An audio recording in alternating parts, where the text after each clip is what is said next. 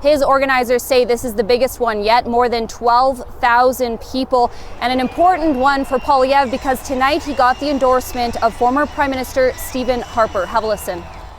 From a person who has been right on all the big issues for a decade, and a person who has the energy and, yes, the youth to take us forward into a better, stronger, and more united future. So I don't even know where to start in regards to what happened yesterday, because we had a whole bunch of people calling out Mark Carney. There was an estimated 15,000 people that showed up at Pierre's rally in Alberta last night, which is absolutely insane. Mark Carney and his pals from China made it into the news, as well as just some pure climate hypocrisy coming from the man himself. But before we get into all of that, if you guys could, I'd just appreciate if you hit the subscribe button. We're super close to 50,000, and it would be awesome if we could maybe get there by the end of the day. And on that note, I just want to give a quick little shout out to Jasmine Lane, who just broke 100,000 subscribers, as well as Josh and Reg from the Elevate podcast. Those guys are, I believe, around 99.1 or 99.5, something like that. And Anita K, she just broke 10,000 subscribers. So let's keep the momentum going. If you guys haven't subscribed to their channels yet, don't forget to go check them out because they all put out fantastic content. Now, over the weekend, Mark Carney had another rally in Victoria, and he decided to poke a little bit of fun at Danielle Smith and Doug Ford during his little rally, and this is what he had to say.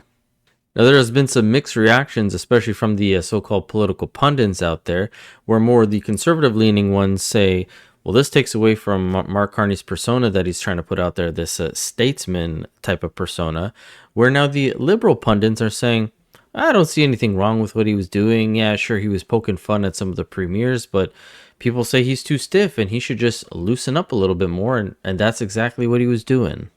We're fighting them on Fox News, which is what they understand.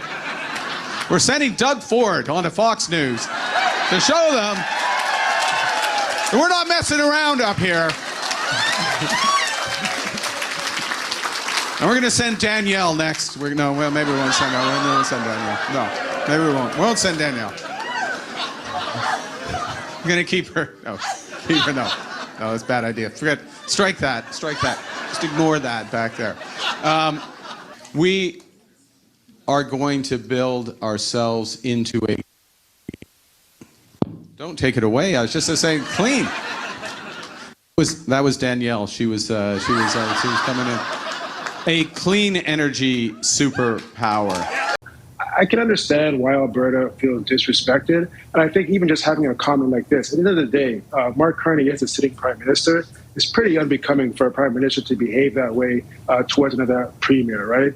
It kind of just erodes this notion of, this guy's just this sober, serious kind of statesman. You remove the script from him, and he can just be easily as nasty and as divisive as his predecessor. I'm not sure in this case it will have that impact on a part of the electorate that's going to make a deciding impact on election day.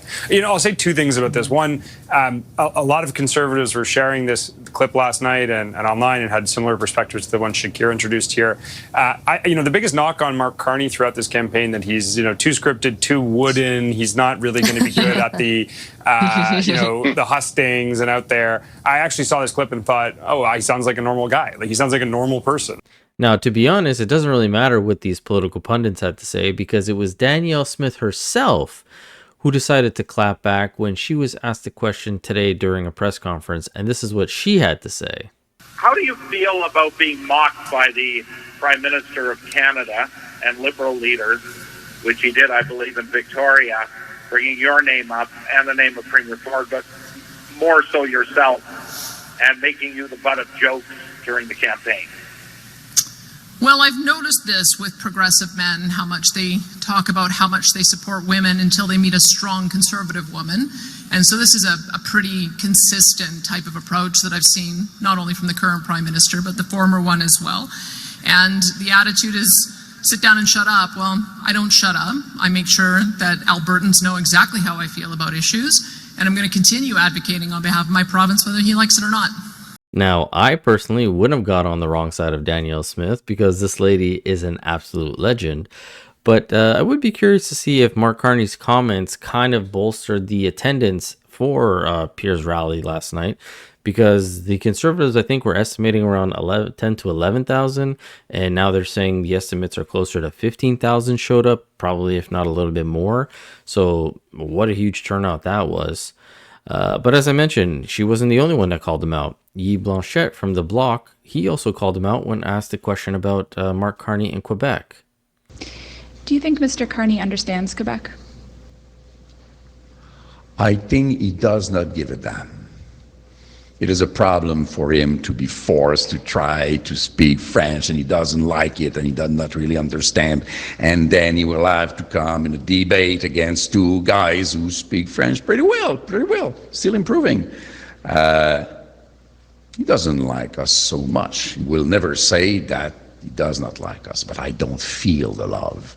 I don't feel interest for Quebec. I don't feel interest for the difference. I don't feel interest for the language. I don't feel interest for the culture. I don't feel interest for anything which is Quebec. He doesn't say the words lumberwood. He doesn't say the word aluminum. He doesn't say the word fisheries. He doesn't say the word aerospace. He doesn't. What defines us is not even part of his vocabulary. He still has 3 weeks to show that even in minority, it wouldn't be so bad. Because for the time being, I don't see what's good for Quebec in it. Now, I have mentioned this a few times on the channel, that anytime he's given a question in English and then asked to respond or say it again in French, this guy just looks so annoyed and unimpressed. And it goes as far to the point where he always asks which section of the question they want him to repeat in French, because he can't be bothered to do the whole thing. He just wants to do the smallest amount possible. But it didn't stop there. Pierre Poilievre, on his campaign today, also called out Mark Carney again and all his past endeavors for his resume that everyone seems to love. But let's be clear, at this time, the last thing we need is to take a risk on the failed ideas of Mark Carney. Mark Carney has been wrong about every major economic issue of our time. He was wrong to support carbon taxes. He was wrong to oppose pipelines. He was wrong 4 years ago when he said the biggest risk to the world was deflation and proposed hundreds of billions of dollars of money printing. He was wrong when he caused the inflation crisis in Great Britain and the housing crisis in that country. He's been universally condemned by the British media, even though back here in Canada, the media covers up his failed record and his terrible reputation in the United Kingdom. Now, I gotta say, I like that Pierre added that little jab at the end towards the mainstream media, because when Mark Carney was especially in his leadership race, all they kept doing was bringing on people who knew him, like old friends or old coworkers, to ask questions like, oh, what kind of a man is he? How is he to work with? And this and this and that. Never anybody who had some sort of opposition to him, like the former Prime Minister, Liz Truss, who's been very vocal about Mark Carney. She's usually on some sort of alternative media, which is where you'll get clips of her talking about him. But yeah, Pierre's right. They don't ever really show him. The housing crisis is terrible in the UK. They just finished closing their last steel plant last year. I think is in September, October of 2024, and that could potentially be what's coming in our way, because Mark Carney today, during one of his press conferences in BC, was going on and on and on about climate and how trees and nature are the way that we fight climate change. But if we try to fight climate change, we got to protect our trees and the nature. Like, it was just so circular and weird. Take a listen. Now, crucially, our new plan recognizes one undeniable fact. Protecting nature and fighting climate change are intimately linked. Only by fighting climate change can we protect our natural environment. And only by protecting our natural environment can we protect ourselves, our planet, our future from the threat of climate change. So globally, Canada will work to establish international standards for voluntary carbon markets. That will allow those who choose to protect and conserve our environment in order to fight climate change to be compensated for doing so. We understand that values determine value. Canada intends to take a leadership role at the upcoming climate change conference in the Brazilian Amazon, where I know that nature-based solutions will be front and center. And this is where the climate hypocrisy kicks in, because Mark Carney mentions Brazil's climate conference there. And I covered this a few weeks ago on my channel, but as a little refresher, Mark Carney used to be the UN Special Envoy for Climate Action and Finance. Now, this COP30 climate conference that they're going to be doing, they're holding it in Brazil instead of holding it in a place where infrastructure already exists for this conference. Instead, these zealots think it's the best practice is to actually clear cut 8 miles of protected forest. That's tens of thousands of acres of protected land that they are just going to add a 4-lane highway to for this conference, when they could have done it literally anywhere else, especially as he's here standing in front of all this nature saying, we have to protect nature. It does such a great job at fighting carbon. It collects it for us. It's very important that we protect it. Yet here you are advertising for a conference, COP30, that is going to be doing the complete opposite of that by actually damaging the protected rainforest and clear cutting 8 miles of it so that you elites can all meet up in one spot. Makes absolutely no sense. Now, as Brazil prepares to host tens of thousands of climate summit delegates later this year, there is visible evidence that the building work is causing deforestation. Tens of thousands of acres of protected forests of the Amazon have been deforested to make way for a new 4-lane highway, as our South America correspondent Ione Wells now reports.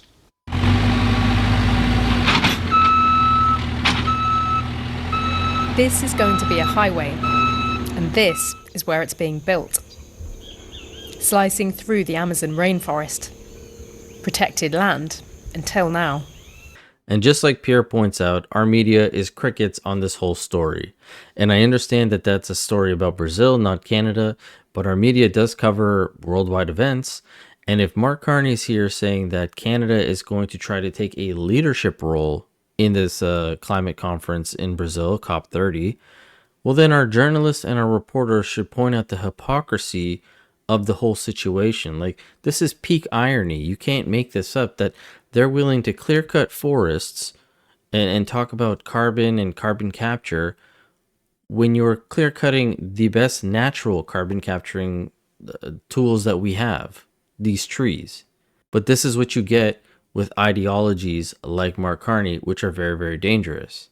And that's, I'll say one other thing, which is that, my experience, I'm not a politician, but I've worked around them many times over the years. And the power of constituents asking the question or raising an issue, it is very, very powerful. It tells the politicians what people care about.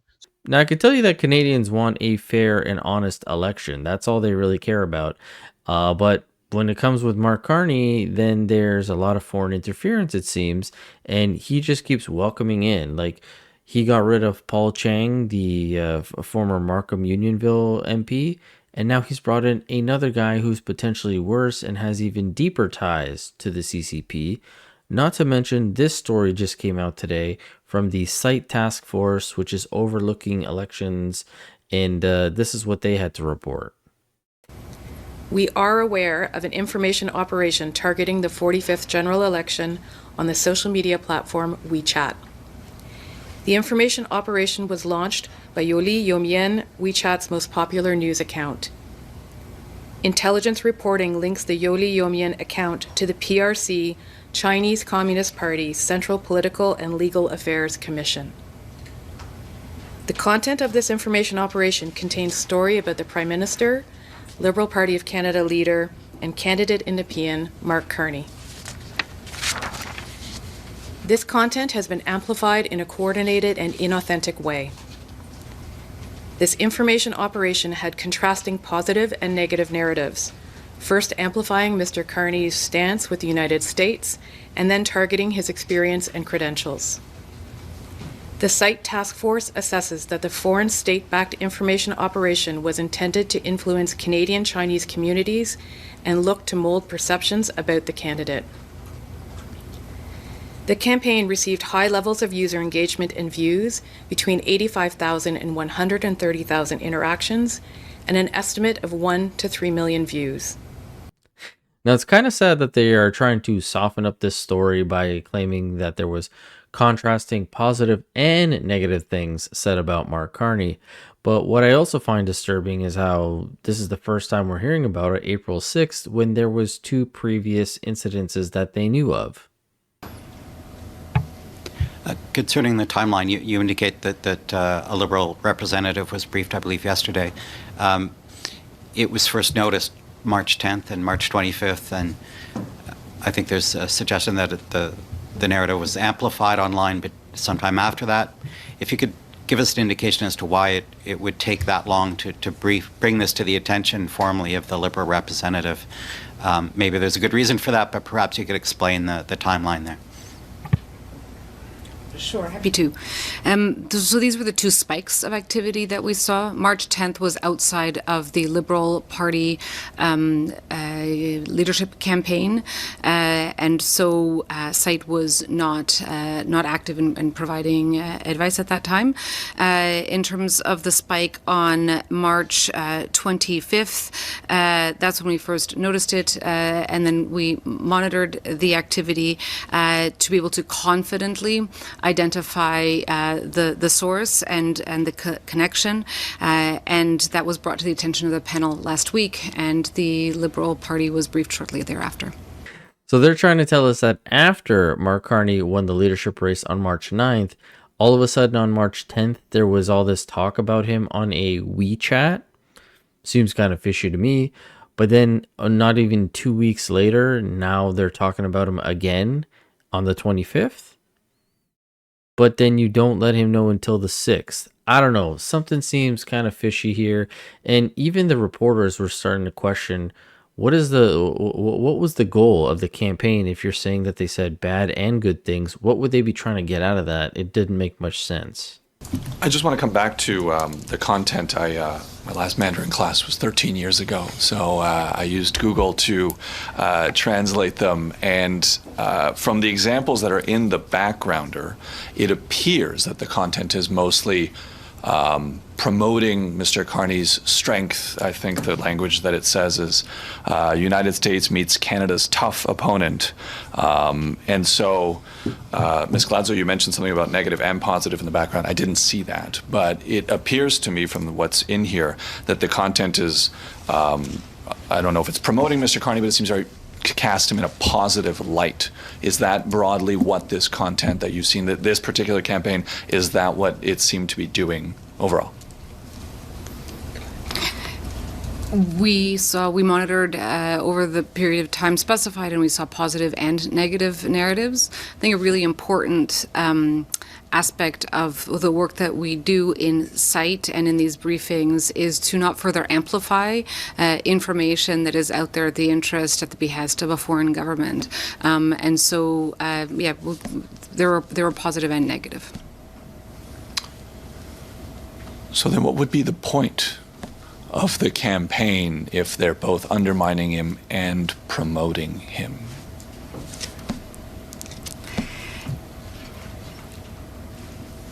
So, I mean, I think maybe, disinformation is one thing, but this kind of coordinated inauthentic behavior is just an attempt to pollute the digital environment and try to shape opinions one way or the other.